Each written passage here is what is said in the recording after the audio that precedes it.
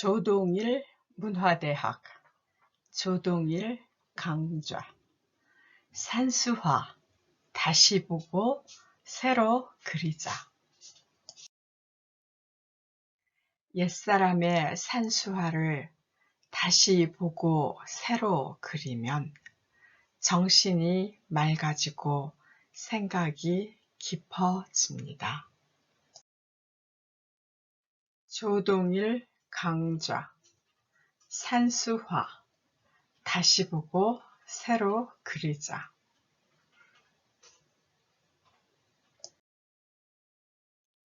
산수화 4강에서 6강까지 강의 순서입니다. 4강 산성국향, 5강 산류불식, 6강 생기운화.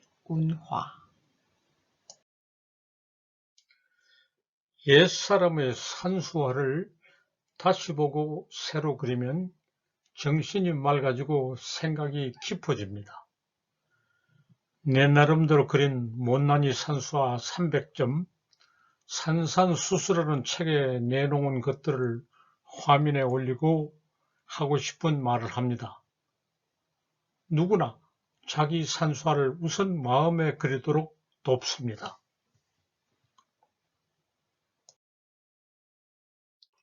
산수화 다시 보고 새로 그리자.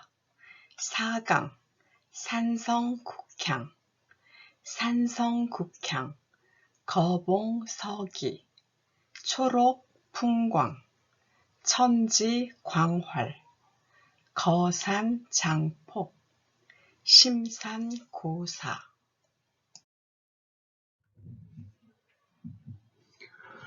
그림을 3점 보겠습니다. 산성국향, 거봉서기, 초록풍광입니다. 제 그림을 우선 한 차례씩 보고 다시 하나씩 보겠습니다.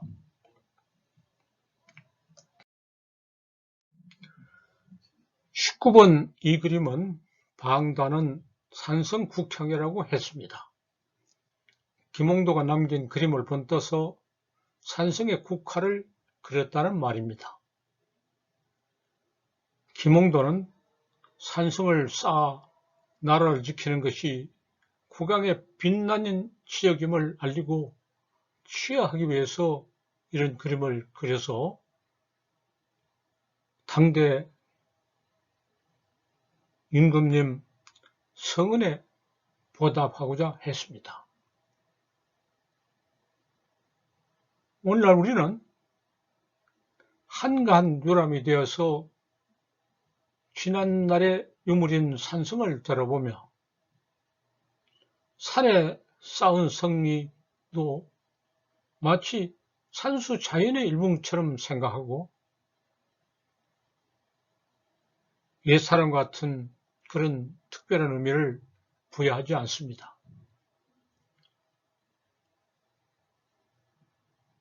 산이나 산성보다 거기에 국화가 피어있는 것이 더 큰 관심거리가 되고 국화가 피어있어 은근한 향기를 내보며 은밀한 소통으로 삼는 것을 받아들이고 그림을 그려 보답하려고 했습니다. 이 높게 솟은 산, 바위, 나무, 성벽, 이 모든 광경을 다 그려놓고 마치 국화 향기를 그린 것처럼 하나만 들어 말하는 것이 부적절하다고 나무라지 말기 바랍니다. 사람과의 만남은 역사 속으로 되돌아가는 것이든 오늘날의 만남이든 어떤 커다란 의미가 있다 하더라도 결국은 짧게 끝납니다. 산수 자연과의 소통은 사람과의 소통보다 더 오래 이어지고 그것을 그리는 그림은 시대적인 한계를 넘어서서 특정한 사실과는 무관하게 오래 영속적인 의의를 가집니다. 국화는 피고 또 피고, 국화의 역사는 산성의 역사, 사람의 역사보다 더 오래 지속적인 의미를 가진다는 것을 생각하게 합니다. 보일 듯 말 듯한 국화에 나는 이렇게 많은 의미를 부여하고 저기에 있는 어떤 인위적인 구조물보다 더 소중하다는 것을 확인합니다. 그림을 차근차근히 보면 국화가 어딘지 찾아봅시다. 보일 듯 말 듯한 것이 정말 소중한 의미를 가진다고 하는 데 대해서 여러분도 같은 생각인지 스스로 묻기 바랍니다. 다음 그림은 거봉석이라고 했습니다. 큰 봉우리 상스러운 기운이란 말입니다. 이것은 어느 산의 실제 모습이 아닌 마음에 간직한 산을 그린 그림입니다. 우리나 누구나 이런 산을 마음에 간직하고 되돌아보고 있습니다. 그림을 그리는 사람은 마음에 간직한 이러한 산을 드러내서 화폭에다 옮겨 놓습니다. 실제의 산을 그리려면 묘사력이 필요합니다. 있는 그대로의 모습을 옮겨 놓는 능력이 묘사력입니다. 이런 그림을 그리려면 묘사력과는 다른 필력이 필요합니다. 필력이란 무엇인가요? 필력은 마음에서 기른 길을 드러내는 능력입니다. 드러내서 화면에 옮기는 능력입니다.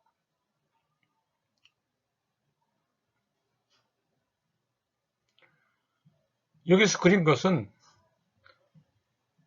높아도 못생긴 모습이고 경칠할 것이 특별히 내세울 경칠할 것이 없이 무덤덤한 경지를 그것을 상스러운 기운으로 삼는다고 조금 알려줍니다. 우리 마음에 간직하고 있는 거봉은 이런 것입니다. 여러분은 마음에 이런 것을 간직하고 있는가요? 드러내 그러고 싶은가요? 드러나 싶으면 잘 그린다 못 그린다 하는 분별심을 가지지 않고 그냥 진솔하게 드러내서 그리면 됩니다. 묘사력과는 다른 필력이 필요하다는 말을 다시 합니다. 있는 그대로 그리려면 묘사력이 필요하지만 마음에 쌓인 것을 마음에서 기른 길을 드러내려면 필력이 필요합니다. 필요는 생동하는 느낌을 주면 됩니다. 이런 봉우리는 잘 그렸다, 못 그렸다 분별할 수 있는 것이 아니고 어느 정도 생동한 느낌을 주느냐, 그것이 소중합니다. 다음 그림을 봅시다. 오른쪽 중간쯤에서부터 화제가 쓰여져 있습니다. 하나하나 뜯어 읽어볼까요? 방청전 초록 풍광이라 했습니다. 청전 이상범 화백의 그림을 번떠서 그린 풀이 푸른 풍광이라는 그림입니다. 이상범은 앞에서 보여드린 거봉서상과는 아주 다른 다른 느낌, 다른 경지, 거봉서기와 짝을 짓기 위해서 구태여 이름을 짓는다면 전원화락이라고 할 수 있는 그런 경지를 우리에게 보여줍니다. 궁벽한 시골에서 농사를 지으면서 산수와 함께 즐겁게 사는 삶을 즐겨 그린 분이 청년 이상범입니다. 산수가 사람 가까이서, 저 멀리 어디 있는 게 아니고 사람 가까이서 예전과 다름없이 생동하고 있는 모습을 풍경화처럼, 풍경화 그리 다르지 않은 듯이 가까이 볼 수 있는 시각에서 그렸습니다. 이것은 사람 눈높이에서 바라보는 것입니다. 그래서 그 시점 선택이 산수화라기보다 풍경화에 가깝습니다. 이렇게 한 것은 공과가 있습니다. 공적은 뭐냐? 예, 산수 자연에 우리가 가까이 가고 친근한 느낌을 주도록 하는 겁니다. 이 초록색 색조도 친근한 느낌을 주고 잔잔하게 흐르는 냇물도 우리가 어릴 적에 보고 오래 기억하고 있던 모습 그대로입니다. 그런 친근감을 주는 대신에 시점 선택이 산수화라기보다는 풍경화에 가깝습니다. 사람 눈높이에서 볼 수 있는 것을 그리고 저 높이 올라갈 수 있어서 볼 수 있는 것을 그리지는 않았습니다. 나는 짐짓 시험 삼아 청전을 따라서 청전의 시각으로 이 그림을 그리면서 청전에 그리면은 있을까 말까 조금 나타나 있는 초록색을 더 보탰습니다. 그래서 산이나 집이나 풀이나 나무, 냇물이 모두 서로 이어져서 생동하는 느낌을 주고 하나하나 떨어져 있지 않게 했습니다. 청전의 그림을 내 마음대로 그리면서 더 생동감이 느껴지도록 고쳐서 그린 것이 이 그림입니다. 이걸 보면 안온하고 평화로운 느낌을 받을 수 있을 겁니다. 앞에서 말한 거봉 서기와는 아주 다른 분위기입니다. 그림을 또 3점 내놓았습니다. 22번은 천지 광활이라 하고 23번은 거산 장폭입니다. 24번은 심사 고사라고 했습니다. 그림 셋을 눈여겨보고 또 봅시다. 한참 본 다음에 다시 하나씩 자세히 보고 하는 말을 듣기 바랍니다. 천지광활이라는 말은 천지, 하늘못이 넓고 넓다는 말입니다. 이 그림은 바로 백두산 천지를 그린 것입니다. 백두산 천지에 올라갈 때 자동차를 타고 여러 구비를 거쳐서 올라갈 수도 있습니다. 그렇게 하면 천지의 뭇을 저 아래로 내다봅니다. 나는 그렇게 하지 않고 천지를 걸어서 올라갔습니다. 걸어서 올라가면 바로 천지 물가에 가서 물에다 손을 담글 수 있고 그 물을 떠서 마실 수도 있습니다. 거기 가보면 산수가 웅대한 경쟁을 벌이는 결승전이 펼쳐진다는 느낌입니다. 산이 높을 대로 높은 극치를 보여주는데 물이 수가 따라와 엄청난 크기로 누웠습니다. 산은 높고 물은 엄청난 크기입니다.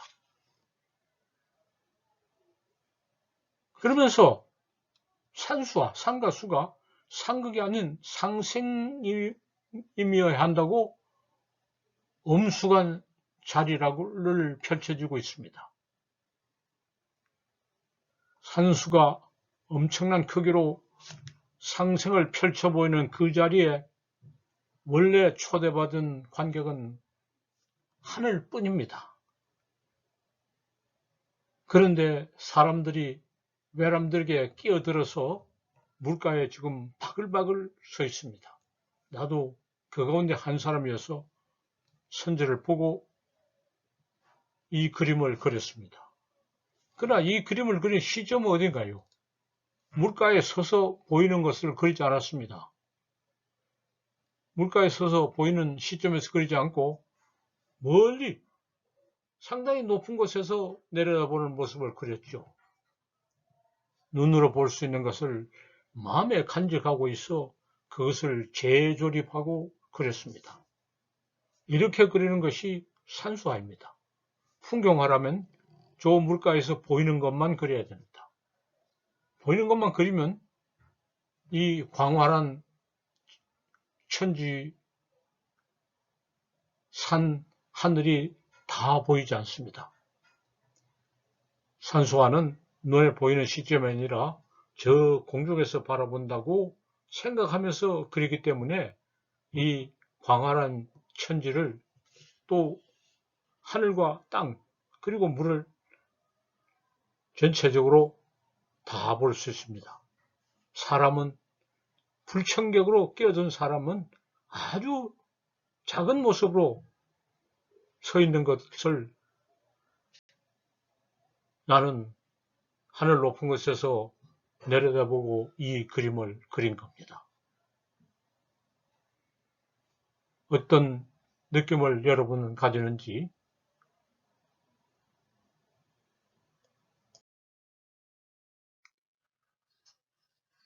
이 그림은 거산 장폭이라 했습니다. 긴 산, 긴 폭포는 백두산의 장백폭포를 그린 것이 그림입니다. 산이 백두산이냐 장백산이냐 하는 걸 가지고 시비를 하고 우리 백두산을 중국 사람들이 함부로 장백산이라고 이름을 고쳤다고 붕괴하는 사람들이 있는데 사리에 맞지 않습니다. 예시조, 조선 초기에 지은 시조에도 장백산이 그대로 나옵니다. 장백산과 백두산은 옛날부터 둘 다 써온 이름입니다. 그러므로 어느 이름이 옳다든가 하는 시비는 적절하지 못하고 시비를 하는 것은 어리석습니다. 산은 백두산이라고 하는 말이 어울립니다. 백두산이란 것은 머리가 희다는 말입니다. 산꼭대기에 눈이 덮이면 백두산입니다. 그러나 물이 흘러내리는 폭포는 장백폭포라는 말이 맞습니다. 장, 길다, 백, 희다는 겁니다. 물이 길게 흰색으로 흘러내리고 그래서 폭포에서 쏟아집니다. 여기서 산과 수가 어떤 결승전을 벌린다고 했는데 백두산 천지에서 그 결승전이 끝나지 않고 물이 아래로 내려 꽂히면서 엄청난 힘으로 뻗어나갑니다. 올라가기 시합에서는 높은 곳으로 올라가는 시합에서는 산이 우승을 하고 물이 준우승을 했다고 하겠지만 내려가기 종목에서는 물이 휩쓸고 내려가면서 메달을 다 차지합니다. 보십시오. 산은 출발조차 하지 못하고 줄줄이 응원석에 옮겨 앉아 박수나 칩니다. 먼 산, 가까운 산이 모두 폭포를 향해서 박수를 치는 느낌입니다. 산과 수가 서로 어울리고 경쟁하고 산과 상생을 빚어내는 조화가 여러 국면으로 전개되는 걸 볼 수 있습니다. 백두산 천지에 올라가서 느꼈던 감격과 또 다른 감격을 장백폭포에서 맛볼 수 있습니다. 장백폭포는 거대한 폭포고, 거대한 폭포를 이 그림에서는 더 거대하게, 더 장대하게 그렸습니다. 그래서 폭포의 모습이 인상적이고 그 소리가 들리는 것 같습니다. 여기서는 단연 물이 주인공이고 산은 물러나서 박수라도 친다, 응원선 옮겨서 박수라도 친다 하는 느낌을 받습니다. 이 그림은 심사고사라고 했습니다. 그림 오른쪽 위에 있는 글씨를 읽어보면 심사고사라고 되어 있습니다. 깊은 산 오랜 절이라는 이 그림을 어느 시점에서 그렸는가 하고 다시 묻습니다. 오늘날 삶은 드론을 띄워 공중 높이 올라가는데 그런 시점을 가정하고 거기서 그렸다고 할 수 있습니다. 물론 드럼을 띄우지도 않고 드럼과는 무관하게 저 공중 높은 곳에 올라가서 앞에 있는 산이며 저를 바라본다고 생각하고 그림을 그립니다. 거듭 말합니다마는 풍경화는 사람이 육안으로 볼 수 있는 시점만 고수하면서